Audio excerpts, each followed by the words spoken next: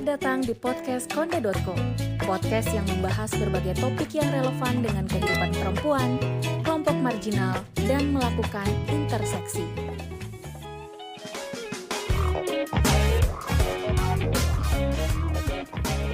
Harus cantik dan glowing. Tahukah kamu kalau beauty privilege itu hanyalah sebuah mitos? Sejatinya, beauty privilege hanyalah sebuah mitos. Hal ini bisa dibuktikan dengan banyaknya tuntutan yang sama pada semua perempuan, yaitu harus selalu tampil cantik. Tapi di balik semua itu, perempuan tetap dibebani untuk memuaskan orang lain. Dia Safira misalnya, yang pernah patah hati lalu memutuskan untuk membeli catokan rambut dan makeup yang mahal agar tetap tampil percaya diri. Tak hanya ketika patah hati, pernah suatu ketika saat ia hendak berangkat bekerja, ia juga harus dandan untuk menambah kepercayaan dirinya. Ini adalah satu cerita yang bisa menjadi contoh bagaimana perempuan harus hidup sebagai seseorang yang diinginkan orang lain. Ada juga cerita lain yang dialami banyak teman-teman dia, yang harus menggunakan foundation yang cukup mahal supaya terlihat glowing. Harga foundationnya bahkan bisa lebih dari 1 juta loh. Dan padahal ini tidak sebanding dengan gaji mereka yang hanya 5 juta rupiah. Ada juga cerita lain di mana perempuan dituntut untuk tampil cantik ketika bekerja. Hal ini dialami oleh para pramugari yang wajahnya berjerawat atau berat badannya naik meskipun hanya 1 kilogram.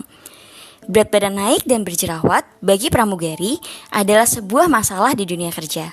Karena secara estetika, berjerawat dan berat badan yang naik dianggap sebagai nilai buruk bagi mereka. Fitri Oktaviani, seorang dosen Universitas Brawijaya Malang yang aktif di organisasi PhD Mama Indonesia menyatakan bahwa kondisi seperti ini lazim dialami para perempuan, yaitu selalu dibebani untuk menjadi orang yang disukai orang lain. Ini yang membuat semua perempuan harus selalu fokus pada penampilan diri agar tidak diberikan stempel sebagai orang yang tidak cantik. Ada juga yang berat badannya naik jadi masalah. Harus pakai make up seolah ini bagian alami dari perempuan. Padahal kenyataannya tidak. Jam 4 pagi sudah harus make up, memilih make up yang tidak luntur, yang harganya mahal.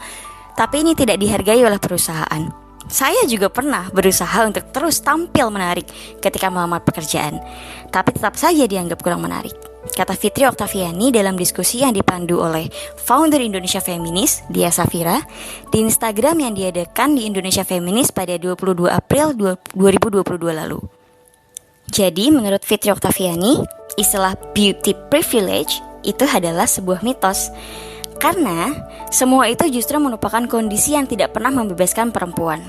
Jika sudah dianggap cantik, maka pasti masih ada tuntutan seperti kurang langsing, dianggap masih kalah cantik dibandingkan perempuan lain. Jadi, cantik ini lalu jadi sebuah mitos yang terus-menerus membebani semua perempuan. Hal ini juga sejalan dengan sebuah riset yang menyatakan bahwa secara tradisional cantik itu berbeda-beda. Ada yang bilang cantik itu matanya besar dan belok, rambutnya lurus. Ada juga yang bilang berat badan yang besar adalah sebuah kecantikan, karena itu simbol dari fertility. Nilai cantik di beberapa negara juga berbeda-beda, tergantung budaya yang membesarkan mereka. Jika dulu nilai cantik dibesarkan oleh industri dan iklan di media, saat ini yang membesarkan ini semua adalah budaya media sosial yang punya nilai-nilai industri untuk membesarkan nilai kecantikan. Jadi sebenarnya secara budaya, cantik itu ya macam-macam. Lalu muncul idealisasi seperti industri yang dibesarkan ke media sosial. Idealisasinya seperti yang mereka katakan, semua jadi mitos dan dibesarkan oleh media populer, kata Fitri Oktaviani.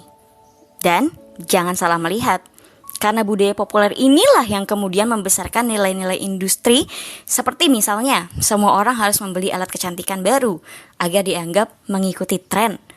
Ini bisa terlihat dari pemilihan model iklan atau endorse yang banyak dilakukan di media sosial. Dulu, alis yang bagus itu tipis dan itu dinilai cantik. Sekarang justru yang tebal. Sekarang wajah harus glowing, gigi putih rata. Di Jepang misalnya, berbeda lagi trennya. Ini mitos saja yang makin mengukuhkan mitos kecantikan karena terkena paparan marketing. Misalnya rambut yang bagus dulu juga mengembang, kemudian berubah menjadi keriting.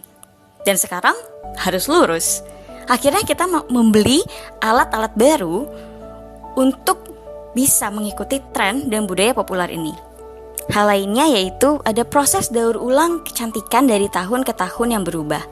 Ini yang semakin mengukuhkan mitos kecantikan tadi yang dibesarkan oleh budaya populer. Kita ini diciptakan menjadi konsumen dan hanya jadi penonton. Lalu kita disulap menjadi pengguna yang menghabiskan banyak uang. Situasi ini selanjutnya dikomodifikasi oleh industri agar perempuan dianggap enak dilihat dan cantik. Di media sosial misalnya, nilai diri dan kecantikan serta kepopuleran ini kemudian dihargai dari jumlah followers. Jika followersnya sedikit, maka akan dihargai kecil. Ini yang kemudian disebut unpaid dan aesthetic labor, yang tidak dihitung karena tidak ada uang khusus untuk makeup dan tubuh. Fitri Oktaviani juga mengatakan bahwa kondisi ini juga dibesarkan oleh konstruksi media dan masyarakat yang melihat bahwa perempuan itu selalu diasosiasikan dengan tubuhnya, sedangkan laki-laki dengan otaknya. Ini yang kemudian merugikan perempuan di dunia kerja karena cap pekerja ideal itu selalu dilihat dari otaknya, sedangkan perempuan hanya diidentifikasi dari tubuhnya. Konsep beauty privilege ini memang dianggap mengagungkan seseorang yang cantik, maka yang cantik ini memiliki privilege. Karena yang gemuk dan dianggap tak cantik itu dibedakan. Tapi bukan berarti ini adalah kemenangan bagi perempuan yang diistimewakan loh. Karena ini semua hanya jebakan belaka. Akibatnya, perempuan juga harus menggunakan banyak cara untuk tampil cantik agar tetap dihargai. Selain makeup yang mahal, juga diet yang ketat, olahraga yang banyak, dan masih banyak lagi yang membutuhkan pengeluaran uang. Yang harus dilakukan dalam kondisi ini yaitu stop memperkukuh beauty privilege atau beauty premium. Jadi, harus stop di sini dan perempuan harus diberikan pengetahuan untuk menolak. Lingkungan patriarki harus diberikan pengetahuan untuk menolak hal ini juga. Yang lain yang harus dilakukan adalah kampanye bahwa tubuh perempuan itu beragam. Ini untuk menghormati apapun tubuh perempuan. Jadi, jangan pernah insecure ya. Dan tetap semangat. Sampai ketemu lagi di podcast konde.co selanjutnya. Terima kasih sudah mendengarkan dan mari bergabung dalam perjalanan kami untuk menyediakan platform bersuara bagi mereka. Konde.co adalah media yang memperjuangkan perempuan, kelompok marginal, dan intersection.